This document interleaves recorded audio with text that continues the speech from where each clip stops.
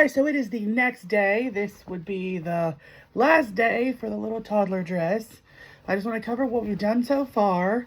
Yesterday, we cut out, I cut out the pattern.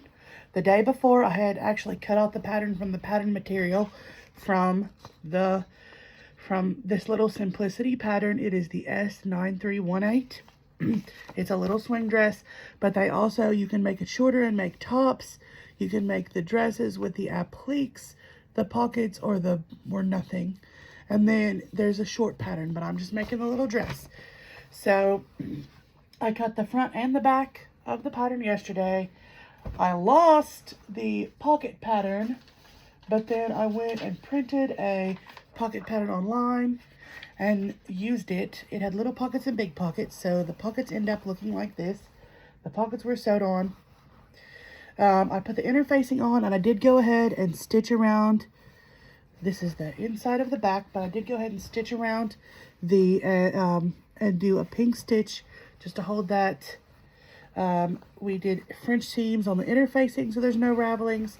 French seams on the actual dress, and there's no ravelings. And I watched a tutorial on YouTube, and the interfacing takes 1.5 centimeters of seam allowance, and that's what this had. So 1/4 of an inch, stitch it down, trim it off, flip it over to so you start with your right sides facing out. You do a regular stitch at 1/4 of an inch, trim off the excess, so you trim off about half. You flip it over, you iron it down, and then you stitch along your wrong sides. And that gives you a finished stitch on the inside and the outside, which is known as a French seam. All right, so what I have left is to put on buttons on the, let's go over this hem issue. So the hem, I tried a rolling foot, and as you can see, the rolling foot worked, but the problem is in some of the areas, the rolling foot is so close. Look how close that is. And I tried to keep it rolled. I think if it would have been a straight hem, not this curved hem on a dress, it would have worked.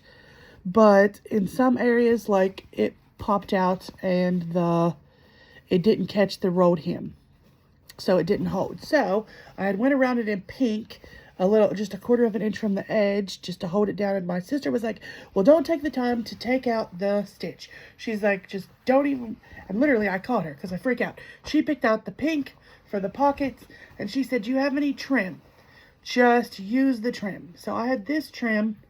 It's not really trim. I'm pretty for sure it's like quilt binding, but it was in an old sewing machine.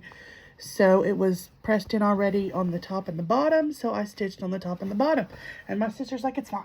So it's my niece, her kid that's going to wear it. She said it's fine.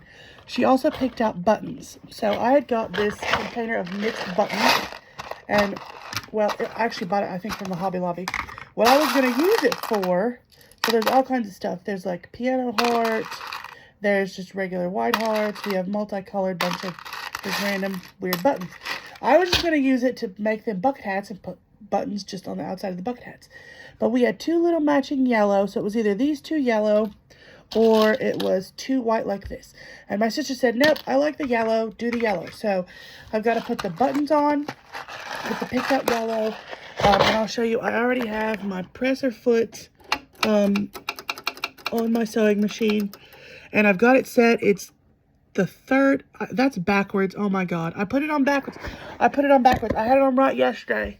I put it on backwards today. I gotta fix that. So I took it off just to double check that it was the 3rd line. So I'll flip it off since, okay. So